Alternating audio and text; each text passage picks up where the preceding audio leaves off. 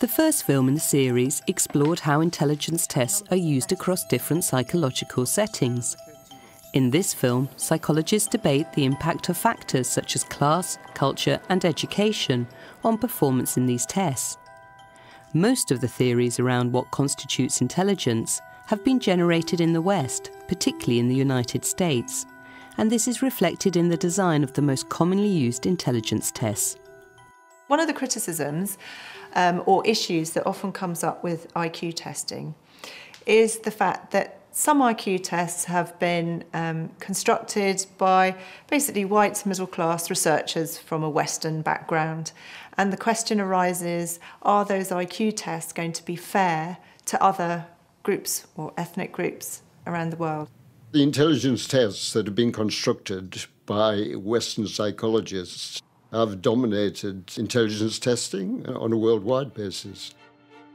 Ken Richardson is a psychologist and author who has written extensively about the influence of culture on intelligence.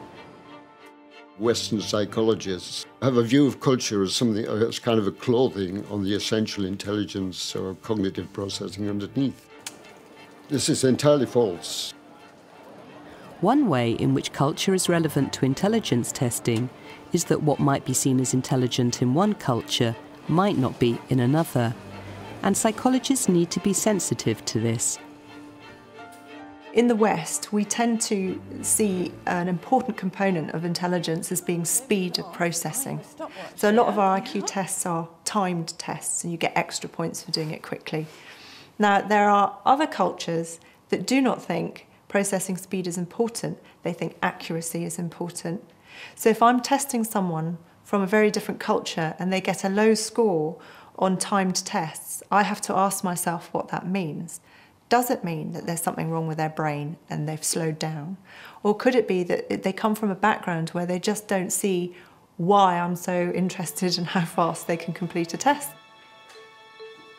There's quite a famous case example of somebody being given a memory test that involved a story about a lady being robbed. And when asked to repeat back everything they could remember from the test, instead of repeating back in the way that we were expecting, which is to repeat what was said, they started expressing surprise as to what was this lady doing out on her own? Why was she in a position where she was robbed? In my culture, that wouldn't happen. Now, ironically, the fact that they could have a huge conversation about it indicated that they had memorised it. Was that test fair for that patient? Because they were so preoccupied about thinking the story was ludicrous that were they processing it in the same way that you or I might process it? So when administering and interpreting intelligence tests, psychologists need to be aware of an individual's cultural background, especially as the test norms, which are used to interpret the results, are specific to the population of a particular country. For example, the UK. Now, if the child's grown up in the UK, I usually would be happy to compare them to that group of norms, or indeed in any system where the systems of education, information sharing, etc. were similar. If the child had grown up in a very different cultural environment where children's developing brains are interacted with quite differently, I might be more cautious about whether my group of norms was appropriate. But the second aspect is the language aspect in terms of literally explaining the test to someone. A lot of the standard cognitive assessment that we use, you actually explain each subtest. So if there's any danger that the person doesn't understand what you're explaining, then obviously they might score lower, not because they couldn't do it if they understood what you were explaining, but because they can't understand your explanation. Remaining sensitive to these cultural and language differences is important in a multicultural society like the UK. However, as the demand for intelligence testing grows worldwide, these problems have acquired a new relevance. What has happened in practice is really the thirst and the hunger for testing and for using ability testing that took hold before we actually had appropriately adapted and constructed measures that are suitable to be used in other countries. They make perfect sense to somebody who's grown up in the UK. They might not make perfect sense to somebody who's grown up in India. So one of the issues around testing is that we've got a very ethnocentric approach, that we tend to construct tests in one country and then adapt them. One of the ways in which this happens in practice is for psychologists working in other countries to take tests developed in the West, translate and adapt them, and then standardise them on the local population. China is one country where this approach has been taken. We do translate our test kits. We change the test items a little bit, especially for the verbal subtests, for example, vocabulary or comprehension, because you need to order the items in terms of difficulty. And sometimes in English, some words are more difficult than the others, but in Chinese, when they're translated, maybe the order can be the other way around. In the information subtest, they ask you about people in the history, and these can be problematic if you don't have your own localized items, so we changed that.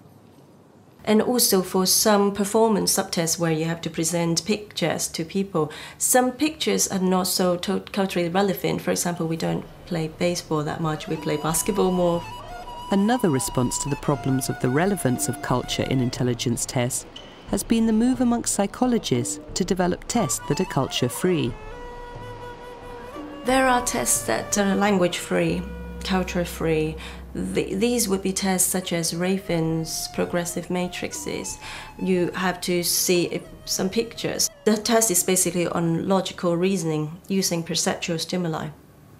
So these perceptual stimuli are neutral, not specific to any language or culture. However, there is debate amongst psychologists as to whether these non-verbal tests are truly neutral.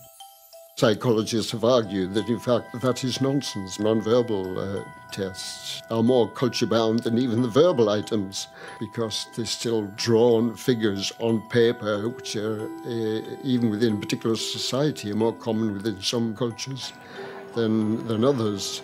And the elements have to be read from the top left to the bottom right, along rows and down columns. And some cultures are more used to reading text than others. So there's been a big debate about that as well.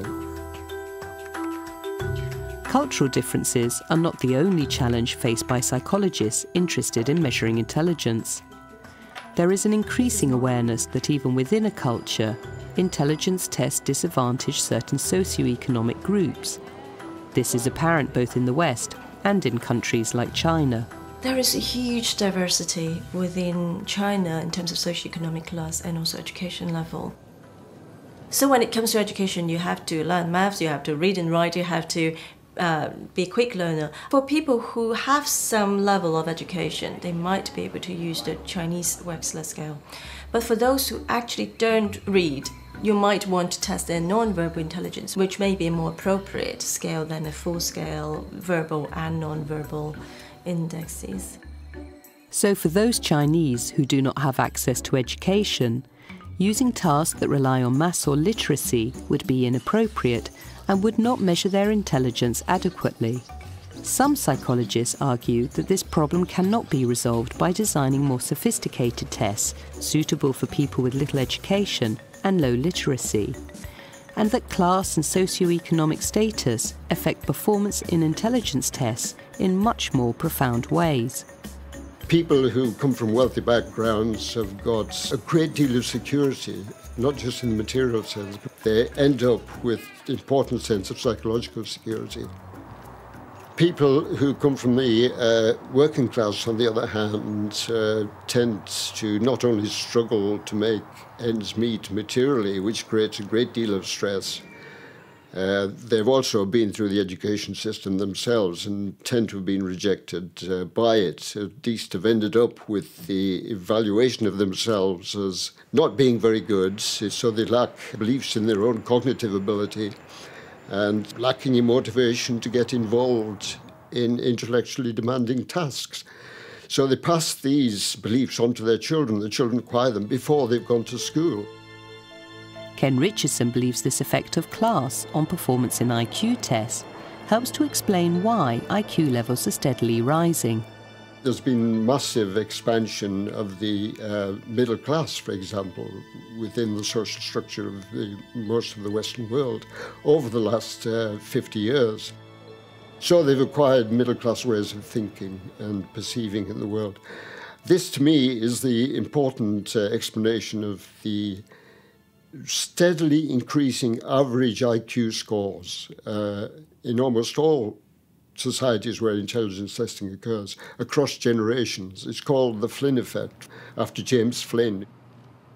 People are acquiring the cultural tools that prepare them more and more for IQ test performance.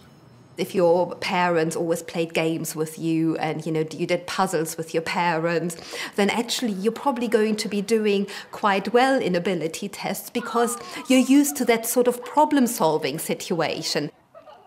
Whereas somebody who hasn't had that kind of experience, they're going to find the testing situation itself much more taxing and much more difficult. So it could be argued that the skills acquired through education, opportunity and experience make some people better at tests than others. Because of this inherent class bias, some psychologists are choosing not to use intelligence tests. In the city of Glasgow, the Education Service recently stopped using tests to assess young people. We work with a very working class population. We work with a population where there are people of different ethnic backgrounds, different cultural backgrounds. We work with a looked after population, and there are many issues that go along with supporting that population. And IQs weren't standardised on these many groups of young people, so we didn't feel that it was relevant to that group, or that it would support us in identifying what their barriers to learning are, particularly because IQ tests disadvantage people from non-middle class backgrounds. It felt like I would be working against the population rather than working with them. I wanted to look at what they could leave school with, how they could be well supported, how we could build on their self-esteem and their sense of agency, rather than focusing on what these young people can't do. Given the limitations of current tests and how they disadvantage certain groups of people, some psychologists argue that such moves away from testing should go further. Should there be a moratorium on testing? Should IQ tests be banned? It seems a strong thing to say, given the popularity of the testing, but I'm tempted to think that should be the case, in fact. They mislead more than they help. I don't think they actually tell us much about children's real abilities for complex cognition. We obviously will need some sort of measure of cognitive functions for children who are developing slowly or have disabilities for whatever reason. But I suspect there'll be nothing like the current intelligence tests, that there will be tests that are actually based on a proper understanding and description of cognitive functions themselves. Ken Richardson also argues that there needs to be a new way of thinking about intelligence that is more inclusive of all individuals, irrespective of their social and cultural backgrounds. Instead of thinking vertically in terms of a ladder, of a strength in relation to a norm of performance, we've got to think more horizontally of people from different cultures and different social classes being spread out in the way that they think differently, but not more or less weakly, so that we start to think in terms of their distance from what is seen as the norm by the psychologist. People who don't do well on intelligence tests can actually be extremely good intellectually, can be just as complex in their thinking as those who do well on the test, is just not in the same way. The development of tests that measure a broader range of cognitive abilities would require a different understanding of what intelligence means, and the recognition of the multifaceted nature of intellectual abilities. In the meantime, new research is gaining a better understanding of the biological basis of performance in the intelligence tests currently used. Film 3 explores this research and examines the link between the brain and intelligence, how intelligence develops, and the factors that impact on intelligence.